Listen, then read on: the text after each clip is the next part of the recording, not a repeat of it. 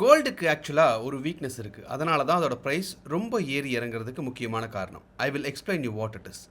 எல்லாருக்கும் தெரிஞ்ச ரூல் என்ன?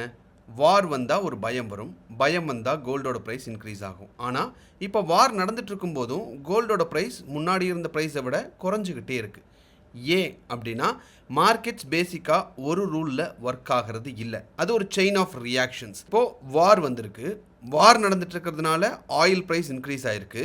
ஆயில் ப்ரைஸ் இன்க்ரீஸ் ஆனதுனால இன்ஃப்ளேஷன் விலைவாசி அதிகரிச்சிருமோன்னு ஒரு பயம் இருக்குது.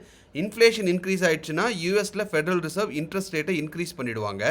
இன்ட்ரெஸ்ட் ரேட்டை இன்க்ரீஸ் பண்ணாங்கன்னா டாலர் ஸ்ட்ராங் ஆகும். டாலர் ஸ்ட்ராங் ஆச்சுன்னா கோல்டு ப்ரைஸ் விழ ஆரம்பிக்கும். கோல்டுடைய ஒரே வீக்னஸ் என்ன அப்படின்னா no interest, no dividend, no monthly income. லாக்கரில் வச்ச மாதிரியே இருக்கும். வேறஸ் அதை நீங்கள் யூஎஸ் பாண்ட்ஸில் இன்வெஸ்ட் பண்ணாங்கன்னா 5% ரிட்டர்ன் வரும். ஸோ இன்வெஸ்டர்ஸ் எப்படி பார்க்குறாங்கன்னா கோல்டா யூஎஸ் பாண்டா அப்படின்னு கேட்டால் எனக்கு வருஷத்துக்கு 5% ரிட்டர்ன் வந்தாலும் போதும், ஏதாவது ஒரு ரிட்டர்ன் வர்றது ரொம்ப முக்கியம்னு சொல்லி இன்வெஸ்டர்ஸ் பார்க்குறாங்க. ஸோ மார்க்கெட் இப்போ என்ன கேட்குது?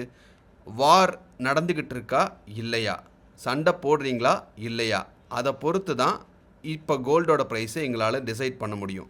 இன்ஃப்ளேஷன் எப்படி போகுதுன்னு பார்க்கணும். அதை பேஸ் பண்ணி தான் இன்ட்ரெஸ்ட் ரேட்டை நாங்கள் கரெக்ட் பண்ணணும். அதை பேஸ் பண்ணி தான் கோல்ட் ரேட் அப்படிங்கிறது டிசைட் ஆகும்.